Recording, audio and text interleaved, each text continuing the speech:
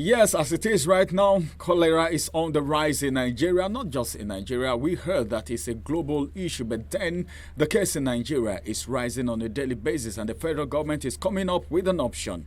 Welcome to the review of today. My name is Ramsey Enoch, and of course, joining me on review is Antonia Nwokolo. Good day, Antonia. Hello, Ramsey. How you doing? I'm fine. I'm good. And we thank God that we are still here, and we will continue to be here. Absolutely. And of course, Nigeria is our country, Yes. Whether cholera or no cholera, we are here. we are preserved. We are covered with the blood of Jesus. Absolutely. But then the federal government have come up to say Nigerians should avoid locally made Kunu. You know what Kunu is? Yes. And Zobo with other locally made drinks. other locally made drinks.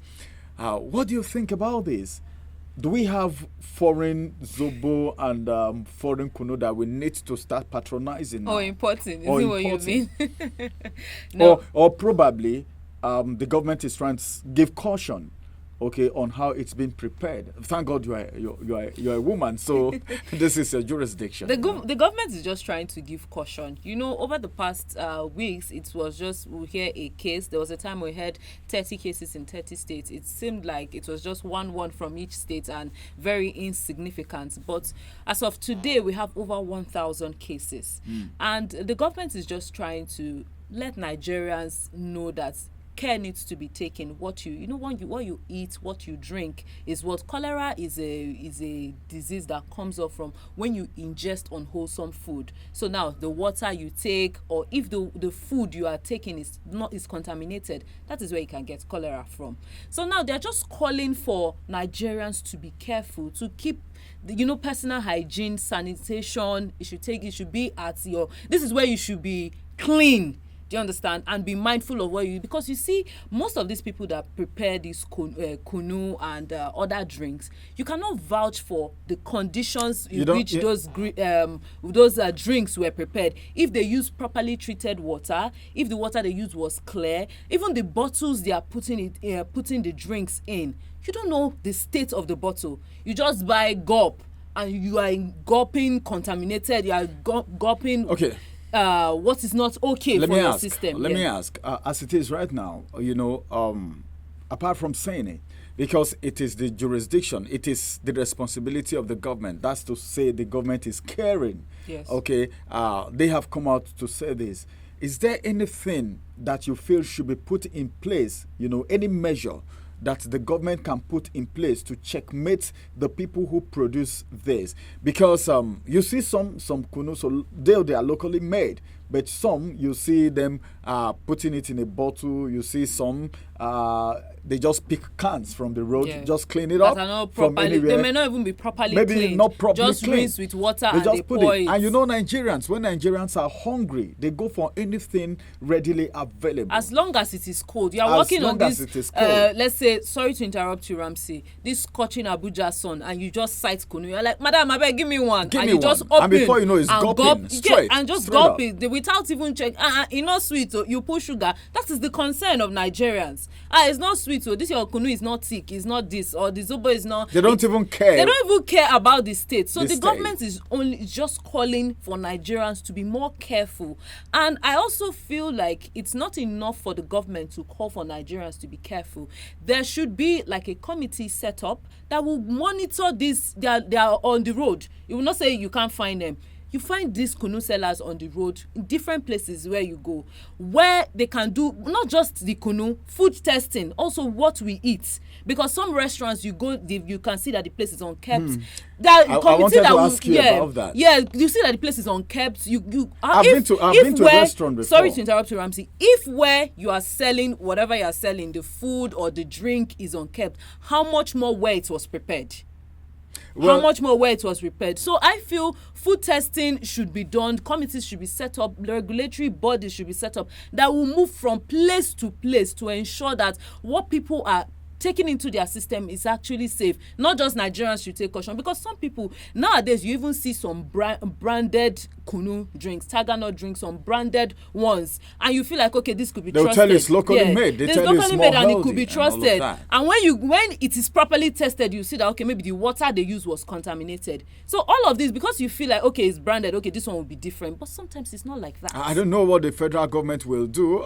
Can we at this point say locally prepared Kunu and Zobo should carry NAFDAC number? If possible, they should. If possible. If possible, they should. How many people will be able to afford this? It? Because a lot of Nigerians, they just look at it as one of the easiest thing to do. Before you know it, they go start preparing it. If you go on the street right now, you see people picking cans. Yes. You know, empty bottle water, soda thrown bottles, away. You see them picking it up, and like you said, they just go put these things inside. But apart from just Kunu and Zobo, some research has shown that some of the sachet water that we even drink, some bottled water, are not really purified enough. They are not well treated.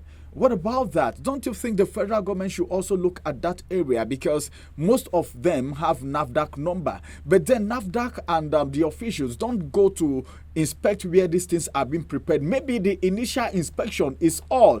But don't you think there should be a consistent supervision of the people who produce this sachet water and bottled water? Because contaminated water is contaminated water, whether it is used to prepare Kunu or bottled or put in the sachet for people to drink.